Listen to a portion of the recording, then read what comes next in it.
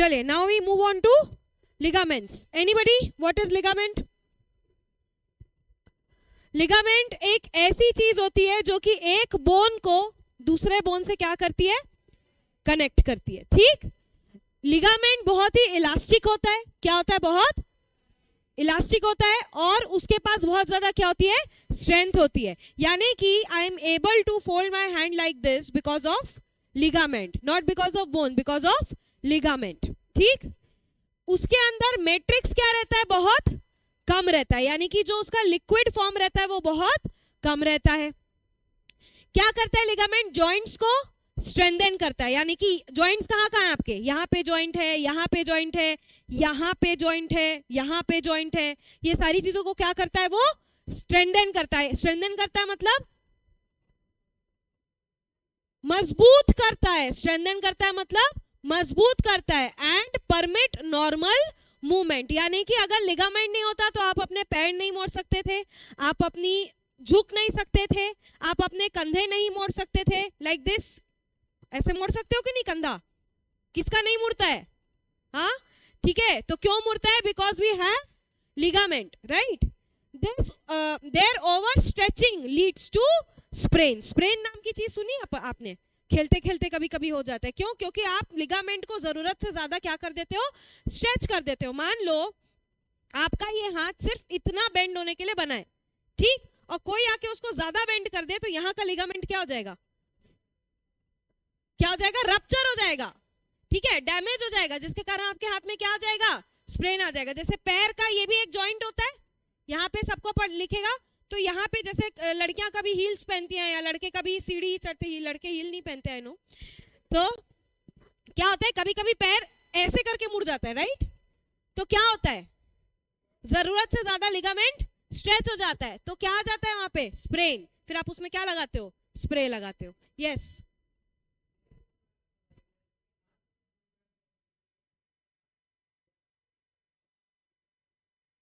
क्यों चढ़ गए भाई उसके हाथ में? कबड्डी. अच्छा अच्छा. तो उसका हाथ यहां से मुड़ता था, अब यहां से मुड़ रहा है. बेटा हड्डी टूट गई उसकी. नहीं तो लिगामेंट फ्रैक्चर होने से यहाँ से हाथ नहीं मुड़ता. और वैसे भी हाथ यहाँ से नहीं मुड़ता है. लड़की को बताना मेरे को कौन है, थोड़ा चेक करना उसको. कितनी भी हड्डी टूट जाए बीच से, यहाँ से हाथ आपका कभी नहीं मुड़ेगा.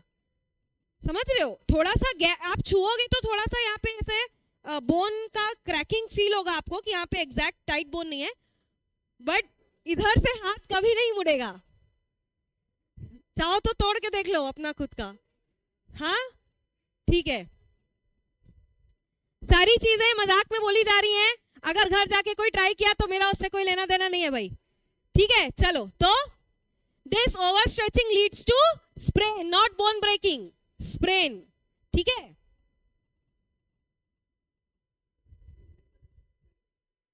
चलिए, now we go on to tendencies.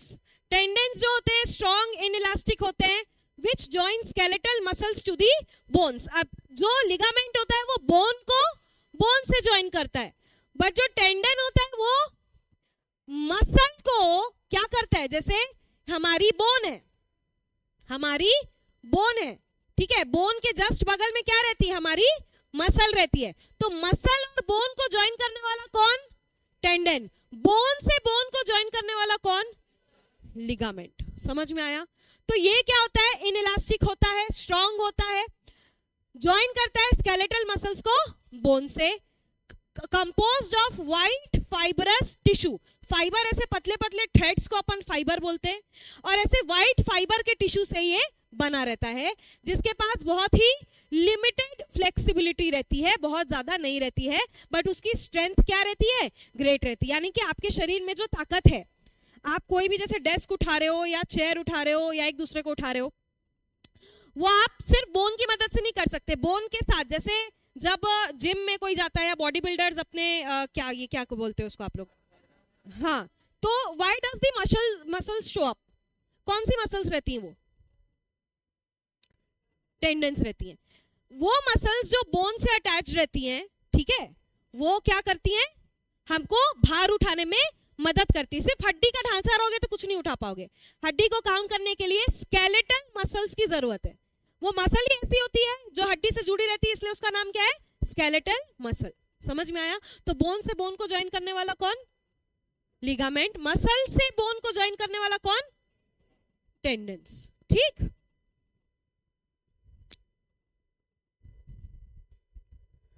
Now we come to cartilage. ठीक है, कार्टिलेज क्या होता है? कार्टिलेज एक स्पेशलाइज्ड कनेक्टिव टिश्यू है which having widely spaced cell. ये कैसा टिश्यू है? कनेक्टिव टिश्यू है, यानी कि कुछ ना कुछ चीज को क्या कर रहा होगा? कनेक्ट कर रहा होगा। और उसके अंदर की सेल्स क्या है? वाइडली स्पेस्ड है। वाइडली स्पेस्ड है मतलब उसमें क्या ज्यादा है? इंट्रासेल्यूलर स्पेस कि इंटरसेल्यूलर स्पेस? हाँ, इंटरसेल्यूलर स्पेस। इसका मैट्रिक्स क्या रहता है? काफी सॉलिड रहेगा। ठीक, जिसको क्या बोलते हैं अपन?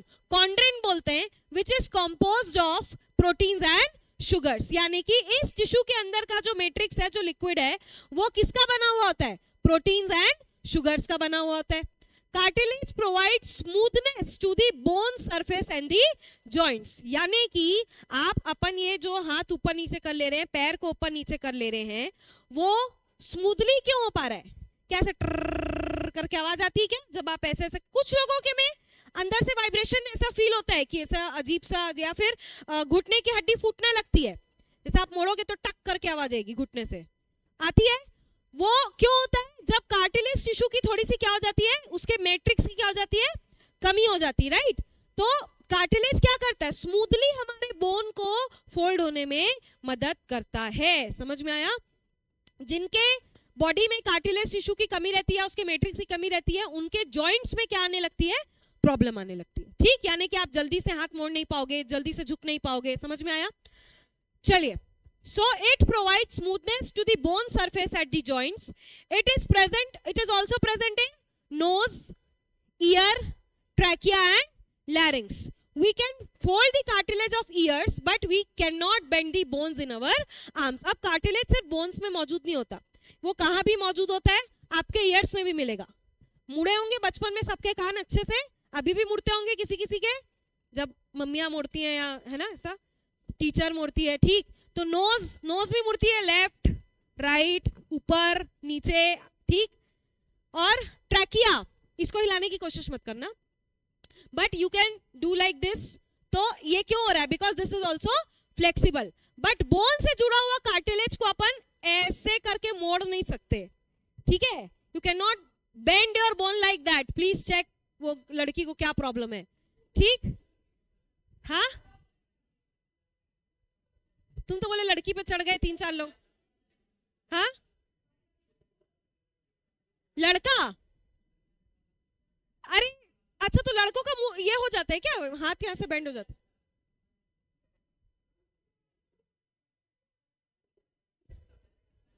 चलो चलो ठीक है, ठीक है, चलो ठीक है। तो समझ में आ गया? क्लियर है? लड़का और लड़कियों हाथ नहीं मुड़ता वहां से। ठीक है, चलो क्लियर है? कार्टिलेज क्या होता है?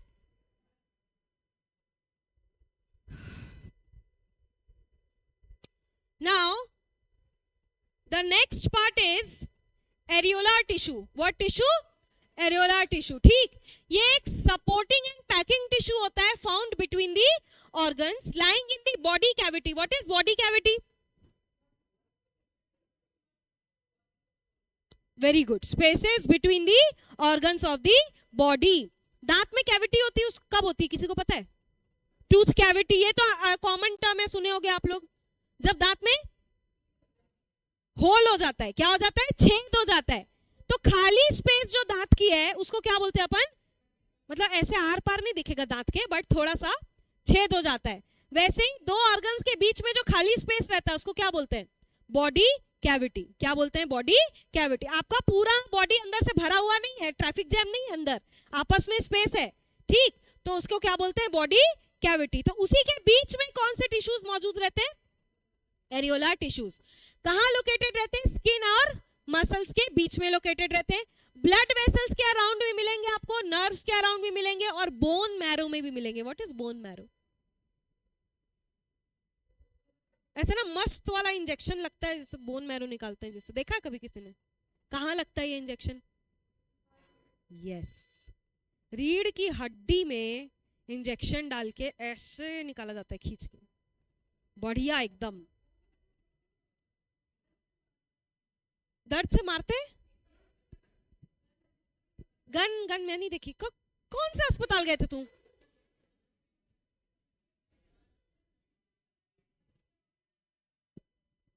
अमेरिकन हॉस्पिटल विशाखापट्टनम में,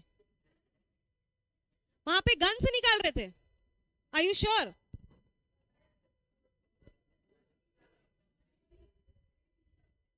हाँ,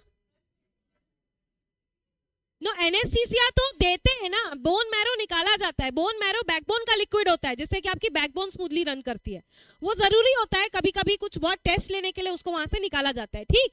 तो ये एरियोलर टिश्यू वहां पे भी मौजूद रहता है, ठीक। It is a loose cellular tissue, इसके जो सेल्स रहते हैं वो लूज रहते हैं। It fills the space inside the organs, organs के अंदर की स्पेस कौन भरता है? एरियोलर टिश्यू भरता है। और इंटरनल ऑर्गन्स को क्या करता है?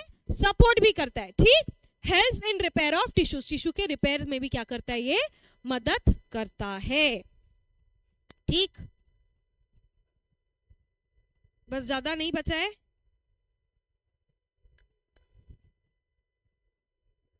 Now last topic for today, adipose tissue. ये ऐसा टिश्यू होता है जो कि क्या स्टोर करता है?